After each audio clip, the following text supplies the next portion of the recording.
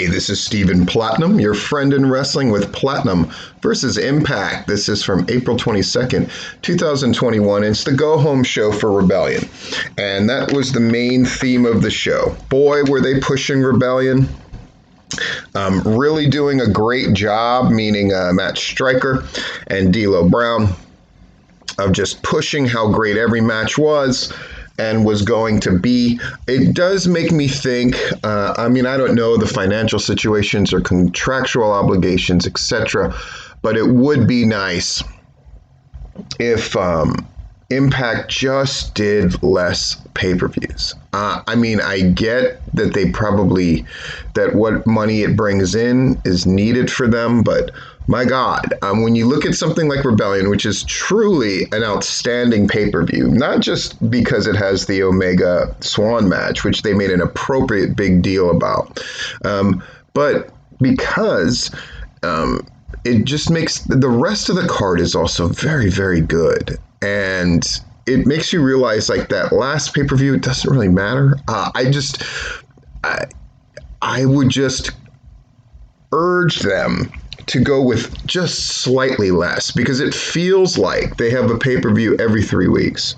That is not an exaggeration. I'm somebody who follows Impact, watches the shows, watches the pay-per-views when I am so moved. And this one, I am so moved, even though I'm going to be near the Miami area at a wrestling show in the late afternoon. I'm going to go out of my way to try to watch this pay-per-view. And I will watch it. I'm just going to try to watch it as it's happening, if at all possible. In any case, the show starts. We got the Good Brothers, Carl Anderson and Doc Gallows against Decay, Crazy Steve and Black Taurus with Rosemary at ringside. It's a good match. It's a solid match, but of course the Good Brothers are going in trying to win the Impact titles back from Finn Juice. Still hate that name.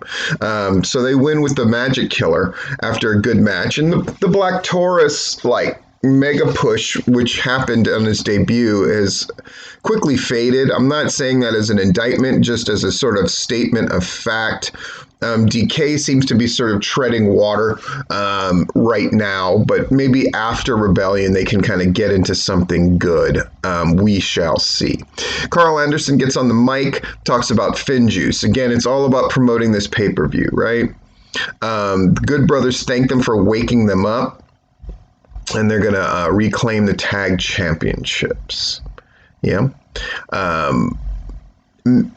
They go into this bit, which I really like, about Impact Wrestling talents giving their predictions on who will win at Rebellion. Of course, they're, for the most part, pushing the Rich Swann thing, which stands to reason, right? There's a lot of company pride involved in this, which is great, because one of my early critiques when they started doing this crossover stuff with AEW is like, why does the whole roster not seem to give a shit? They would definitely see it as an affront, would they not? And now it seems like they are, which is good, which is what it should be. Match number 2 is Susan with Deonna Purrazzo against Tenille Dashwood. Tenille Dashwood's going to win this because she's going into a match with Deonna Purrazzo. Susan is definitely doing her thing. I'm a big fan of Su Yung in general. Of course, booked her many times. And it works for what it is. I'm hoping they can move Su Yung into something else to do. It's not for lack of effort. Tenille Dashwood seems like an appropriate contender to put up. I would be very shocked if Tenille Dashwood beat Deonna Purrazzo.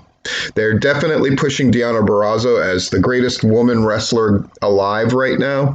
I'm not sure that's the route I would go, but I also see it as well. It does beg the question, are they going to set up the Impact Women's Champion against the AEW Women's Champion at any point? That is an interesting question for sure, especially as AEW it seems like they're going into Hikaru Shida against Britt Baker again, but the timing of it seems very appropriate, and the right opponent, the right time, all of that stuff. At the end of it, Tenille says, when she confronts Diana, right? She wouldn't be standing there without her because she started the women's revolution. Purrazzo has no words for her challenger, walks away. So that match is clearly set as well.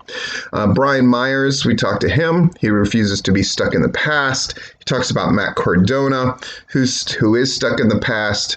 They set up their match, and he's going to get the roster cut at Rebellion, which is his version of the Lariat, but also works in a double meaning. Sami Callihan tells Trey that he threw it all away, and this Sunday he's going to go after him as well. So this is just a flat-out infomercial for their pay-per-view, as wrestling shows that are go-home shows should be. Mahabali Shera against Jake Something, who's got Raju at ringside with him. Shera wins with the Sky High. Not a lot at stake in that match, but it's a good match to have in there. It's always good to see Jake Something doing his thing as well. Trey Miguel is talking to one of his friends and trainers. Why does he have to prove himself to Callihan? He's worked very hard. We see a montage of Trey training hard, which they're calling the biggest match of his life to date, which is cool. Put a little more stakes on it. Rich Swann's on his way to the ring.